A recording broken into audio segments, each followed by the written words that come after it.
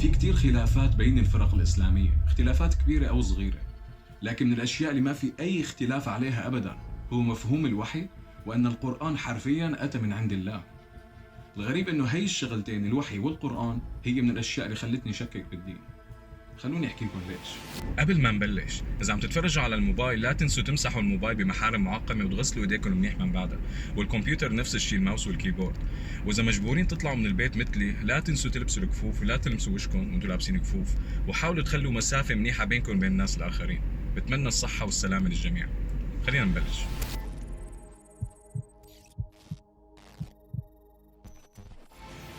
رواية نزول الوحي هي من الأشياء اللي أنا كنت شوفها جميلة جدا. مفهوم أنه الخالق تبع الكون حب يتواصل مع واحد من البشر اللي هو اختارهم لحتى يعطيه آيات يعلم فيها الناس كيف تعيش حياتها وشو هي قواعد الأخلاق وإلى آخره من الشغلات. ضليت حبها لهي الرواية لحتى بلشت أقرأ عنها أكثر. الموضوع بالمختصر مفيد، وبناء على المصادر الإسلامية اللي حشاركها طبعا كلها بالروابط لحتى الناس تروح تقرأ. الموضوع هو على النحو الآتي: بيوم من الأيام محمد كان قاعد بالغار لحاله بغار حراء، فظهر له كيان أو شيء مجهول هو ما كان بيعرفه، وهذا الشيء قال له لمحمد: اقرأ. محمد جاوبه: ما أنا بقارئ. بالنهاية قال له: اقرأ باسم ربك الذي خلق، خلق الإنسان من علق، اقرأ وربك الأكرم الذي علم بالقلم، علم الإنسان ما لم يعلم. فمحمد هون خاف كتير وخرج من الغار وراح راكد على البيت، ولما وصل لعند أهله قال لهم: دثروني دثروني أو غطوني غطوني. وبعد ما غطوه سألته زوجته: ما بالك، شو اللي صاير معك؟ قام قال له: حصل معي كذا وكذا. قام قالت له: أبشر يا ابن عم، والله إني أتمناك أن تكون رسولا لهذه الأمة. وأخذته لعند ابن عمها ورقة بن نوفل، اللي هو شخص حسب الروايات إما يهودي أو نصراني، لكن أغلب الروايات بتدل على أنه كان متنصر. راحت وقالت له: هيك هيك حصل مع زوجي محمد. فأجاب ورقة: هذا الناموس الذي أنزل الله على موسى. خديجة كانت سعيدة بالموضوع، لكن على ما يبدو كانت حابة تتأكد أكثر. فقالت له لمحمد: إذا إجا هذا الشيء اللي بحاكيك بيوم من الأيام خبرني. ومحمد بيوم من الأيام قال لها: ها هو صاحبي أراه الآن. طبعا خديجة ما كانت شايفته، بس محمد اللي بيشوفه. قام قالت له لمحمد: تعال وعد على حضن اليمين. فسألته: هل تراه الآن؟ قام قال لها: نعم أراه. قالت له: ممتاز، هلأ تعال وعد على حضن اليسار. وتحسرت بمعنى تكشفت. وسألته: هل تراه الآن؟ قام جاوب محمد: لا لا أراه. قام قالت له: أبشر، والله إنه لملاك خير وليس بشيطان. فبهي التجربة اكتشفت خديجة إنه هذا حصرا ملاك وليس شيطان، مع إنه هي مش شايفة شيء ماشي على رواية محمد. وراحت لعند ورقة وخبرته بالموضوع، ورقة وثق له إنه فعلا هذا ملاك. مو بس هيك، هذا جبريل اللي أتى من عند الله لحتى يودي الرسالة لمحمد. هي الرواية الإسلامية عن كيف بدأ الوحي. ومثل العادة طبعا عندي مشاكل كتير معها. خلونا نبلش برقم 1. ليش إله كلي الحكمة بيستخدم هي الطريقة الغريبة للتواصل مع البشر ولإيصال الرسالة الأخيرة؟ الوحي. الوحي هو بالوصف تجربة شخصية. الوحي للمتلقي هو تجربة شخصية، ولأي حدا تاني هو قيل عن قال. فعلى ما يبدو عنا شخص هو بيشوف ملائكة وبيتكلم معهم، وما حدا غيره بيقدر يشوفهم أو يتكلم معهم، والناس مجبورة تصدق هذا الشيء من دون أدلة كافية، فقط لأنه زوجته عملت تجربة وتأكدت أنه هذا ملاك وليس شيطان، ولأنه ابن عم زوجته أكد له مواصفات هذا الملاك. هي الأدلة فقط. ليش إله كلي الحكمة بيستخدم هي الطريقة للتواصل؟ المشكلة رقم 2، وهي مصدر وماهية هذا الكيان الذي رآه محمد. حسب الرواية هذا الكيان قال له: اقرأ باسم ربك الذي خلق لآخر الآية، لكن محمد ما كان عنده أي فكرة شو ما هي والمصدر تبع هذا الكيان. والطريقة الوحيدة اللي عرف فيها محمد ما كانت إنه الملاك نفسه قال له أنا جاي من عند الله، ولا إنه الله أوحى له إنه هذا ملاك من عندي، لا.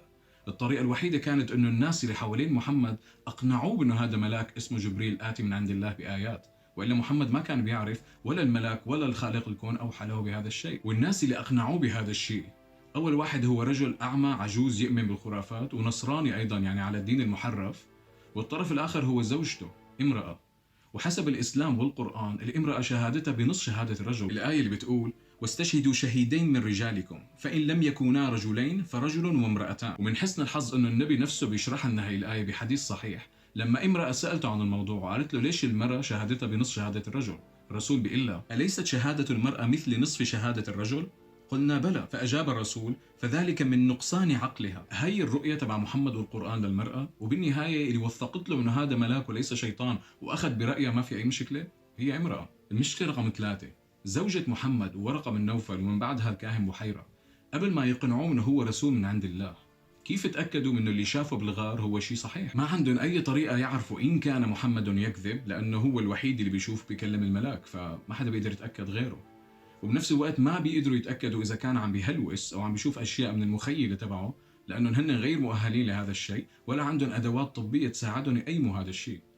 وبالنهاية حتى ما بيقدروا يتأكدوا إن كان محمد على حق، لأنه هي الأشياء الثلاثة، الكذب والهلوسة وإن كان على حق، ما فينا نميز بيناتهم أبدا. على سبيل المثال، لو تعرفنا على شخص قال بأنه هو بتجربة شخصية قدر يتعرف على مخلوقات فضائية اجت من كوكب آخر أو من مجموعة شمسية أخرى، لكن هو الوحيد اللي بيشوفهم واللي بيحاكيهم واللي بيسمعهم ولا أي حدا تاني غيره، فهون عنا 3 خيارات: يا أما هو يكذب، يا أما هو عم يهلوس أو مجنون، يا أما هو فعلا على حق. لكن كيف فينا نفرق بين أي وحدة من بيناتهم؟ ما فينا نفرق، لأنه الادعاء أنه هو الوحيد اللي بيتواصل معهم تجربة شخصية. الموضوع كله مبني على التجربة الشخصية. أنا لقيت حالي ملزم أو مجبر أقول بأنه هذا الإنسان يا أما يكذب يا أما مجنون، ما في حل ثالث. لكن بنفس الوقت لقيت أنه ديني بيلزمني وبيجبرني أني صدق رواية عن تجربة شخصية لشخص عاش من 1500 سنة يدعي فيها التواصل مع أشياء خارقة للطبيعة مثل ملائكة وخالق كون ما ورائي وإلى آخره. أشياء لا يمكن رصدها، رؤيتها، سماعها، لمسها، لا يمكن أي شيء. أشياء مواصفاتها تنطبق تماما مع مواصفات الشيء غير الموجود. لقيت حالي عم بسأل نفسي، لو الرسول محمد اجى بوقتنا الحالي، هل أنا كنت صدقت الرسالة تبعه؟ شخص بيجي لعندي بيقول لي أنا رسول من عند الله، والطريقة الوحيدة بتواصل معه هي تجربة شخصية أنت ما فيك تشوفها، والدليل على أنه زوجتي وابن عمها قالوا أنه هذا الكلام صحيح. أنا مستحيل صدقه، مو بس لأنه الادعاء سخيف وضعيف وما في أدلة عليه، لكن لأنه إله حكيم مستحيل يتواصل بهي الطريقة، وخصوصي آخر تواصل. بهي الفترة كان إيماني مزعزع 100%، لكن توقعت لأني أنا عم بمنطق الأمور كتير وعم فكر بطريقة نقدية وإلى آخره، لازم أنا أرجع للنصوص، لازم أقرأ شو هي النصوص. فقررت أقرأ شو كان جمع القرآن وطريقة جمعه، وانتهيت بقراءة كتاب اسمه كتاب المصاحف، الكتاب اللي فيه أجوبة كتير وعلمني كيف أوصل لمصادر أخرى. رح شارك الكتاب معكم أكيد، لكن الصورة المختصرة والمفيدة كانت على النحو الآتي. بالرغم من الشكوك اللي كانت بقلبي والنقد المنطقي اللي كنت فكر فيه باتجاه الدين، كان دائما عندي شعور بالارتياح على أن القرآن اللي أنا ماسكه بين إيدي هو فعلا كلام الله. القرآن بيخليني أشعر بالخشوع وأنا عم بقراه، وأحيانا بيخليني أبكي حتى. هو كلمة ورا كلمة نفس الكلام اللي كان يقوله محمد على للصحابة تبعه بيوم من الأيام. هي الشغلة كنت مرتاح منها تماما، لأنه الإله هو شخصيا متكفل بحماية هذا القرآن، لما قال إن نحن أنزلنا الذكر وإن له لحافظون. لحتى بلشت أتعلم عن تاريخ القرآن واكتشفت أني كنت مخطئ تماما، لأنه اتضح أنه بفترة حياة محمد ما كان في كتاب اسمه القرآن. كان في كتاب للوحي، لكن ما كان في جمع للآيات بكتاب يسمى القرآن. القرآن كان مبعثر. أغلب الناس كانت تحفظ القرآن في صدورها، وناس أخرى كانت تكتب على جلد الماعز أو أوراق الشجر أو الخشب أو على العظام. وحتى كان في ناس تسافر من بلاد بعيدة لحتى تسمع القرآن من تم محمد وتسجل هذا القرآن وترجع على المدن تبعها لكي تتلو الآيات على الناس. وكان في كتير ناس اسمهم حفظة القرآن، والنبي نفسه اختار 4 من هدول الناس وقال: خذوا القرآن من 4، رجلين من المهاجرين ورجلين من الأنصار، عبد الله بن مسعود وسليم مولى ابن حذيفة وأبي بن كعب ومعاذ بن جبل. وإذا بنروح على الصفحة 153 من كتاب المصاحف، القسم اللي بيقول جمع أبو بكر القرآن بعد محمد، ومنضل بنقرأ لحتى نوصل لعن جمع عثمان المصاحف. تتكون عنا الصورة الآتية: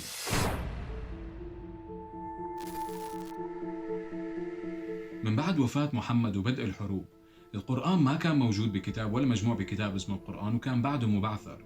وأبو بكر بالحروب خطر له خطة ذكية جدا، أنه يرسل حفظة القرآن لحتى يتلوا الآيات على المجاهدين ويحفزوهم على القتال. لكن المشكلة أنه استحر القتل في هؤلاء الحفظة في معركة اليمامة أو يوم اليمامة، وعمر كان خايف أنه يموتوا بقية حفظة القرآن ويختفي القرآن بشكل تام، فطلب من أبو بكر أنه يجمع ما تبقى من القرآن. الحديث بيقول: سمعنا أنه أقسام كبيرة من القرآن أنزلت، وهي الأقسام ما كانت موجودة غير مع الحفظة اللي ماتوا بيوم اليمامة أو بمعركة اليمامة. ولما أبو بكر وعمر وعثمان حاولوا يجمعوا ما تبقى من القرآن، ما قدروا يلاقوا هي الأقسام لأنه الحفظة تبعها ماتوا وهي الأقسام راحت معهم للأبد. فهون في عنا مشكلة كبيرة، أن القرآن مو بس مبعثر بهداك الوقت وجمعه صعب، لا، في أقسام كبيرة منه اختفت للأبد لأنه الوحيدين اللي كانوا حافظينهم ماتوا بيوم اليمامة. فأبو بكر كلف زيد بن ثابت يجمع ما تبقى من القرآن المبعثر على جلد الماعز وأوراق الشجر وإلى آخره.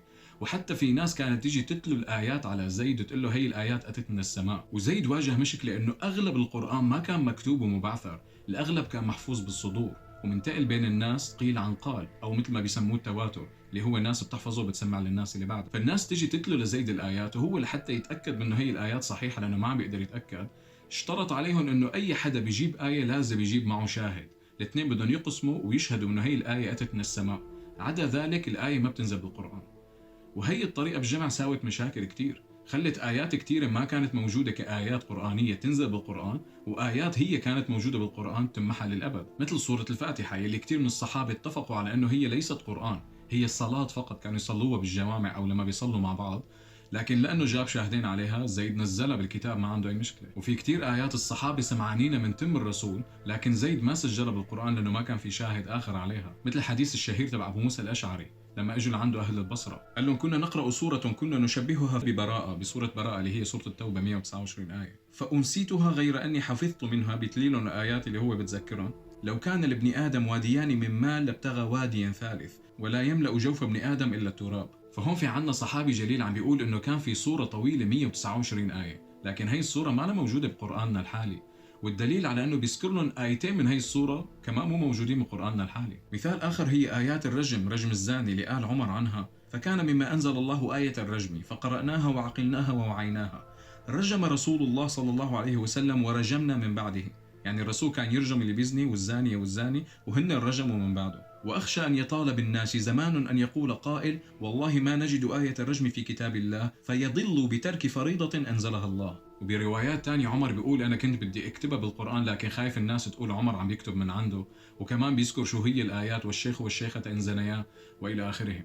فهون في عنا آيات محذوفة مو موجودة بوقتنا الحالي، بس لأنه زيد ما لقى شاهد آخر عليها. وبحديث عن عائشة بتقلنا أنه الرجم وإرضاع الكبير كانوا موجودين بسورة الأحزاب، وبتقول أنه كان سورة الأحزاب تنقرأ ب 200 آية تقريبا، لكن سورة الأحزاب بوقتنا الحالي هي 73 آية، وبتشرح لنا وين راحوا الآيات. تحكي لنا انه بعد وفاة الرسول وانشغالهم بهي القصة كانت محطوطة هي الصحيفة تحت تختة، لكن دخل داجن فأكلها، وهيك راحت الآيات وصفينا على 73 آية بسورة الأحزاب بدل 200 آية. كل هي الأشياء وأشياء تانية أكيد نحن ما بنعرفها كانت قرآن بوقتهم، لكن زيد ما سجلهم بس لأنه ما كان في شاهد على الموضوع. لكن في مشكلة كبيرة كتير ومخفية بنفس الوقت بقرار زيد انه يجيب شاهد على الآيات، اللي هي الآيات يفترض تكون من عند خالق الكون اللي ما حدا بيقدر يجيب مثله أبدا، والقرآن نفسه بيتحدى البشر أن يأتوا بآيات من مثله.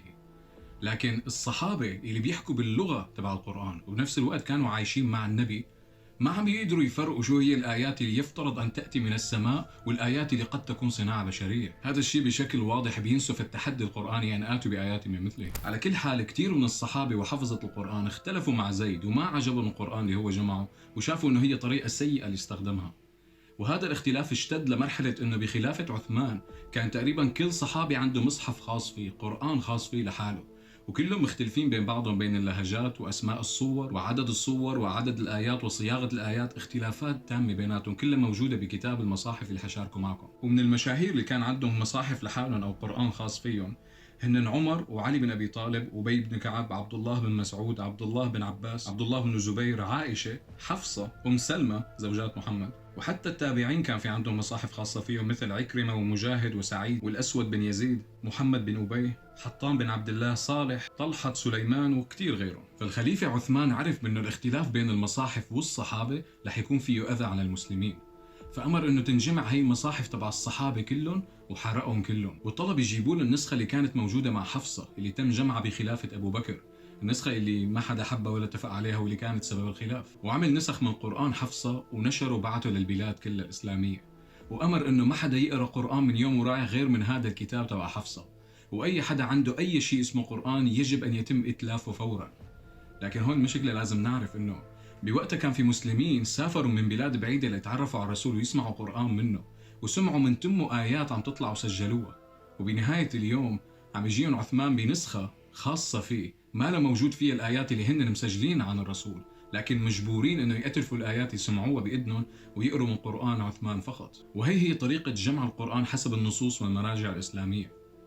من بعد كل هالشيء شفت انه لا يمكن ان يكون هذا القرآن اللي بين ايدي اليوم اللي بخليني اشعر بالخشوع هو نفسه القرآن اللي كان محمد يتلو على الصحابة من يوم من الأيام. لا يمكن أن يكون. ومن بعدها اكتشفت المصيبة الأكبر، أنه حتى النسخة السيئة اللي تم جمعها بحكم أبو بكر اللي استخدمها عثمان لينشرها على بلاد الإسلام، حتى هي نسخة مو نفس اللي موجودة عنا بوقتنا الحالي. وفجأة هذا الكتاب اللي بين إيدي اللي بيخليني أشعر بالخشوع ويخليني أحيانا أبكي كمان، صرت حسه غريب عني، صرت حسه كتاب وحبر على ورق مجهول الهوية، ما عندي أي فكرة من وين إجا. وصرت استوعب ليش القرآن مخربط وصف الآيات ما له صحيح، وحتى في آيات مقطوعة بقلب آيات، وليش القرآن معقد وصعب فهمه. صرت استوعب ليش. من أول كنت أفكر لأنه كتير عظيم فشان هيك هو معقد، لكن بعد اتضح معي هو معقد لأنه الناس اللي جمعته ما عرفت تجمعه بطريقة صحيحة.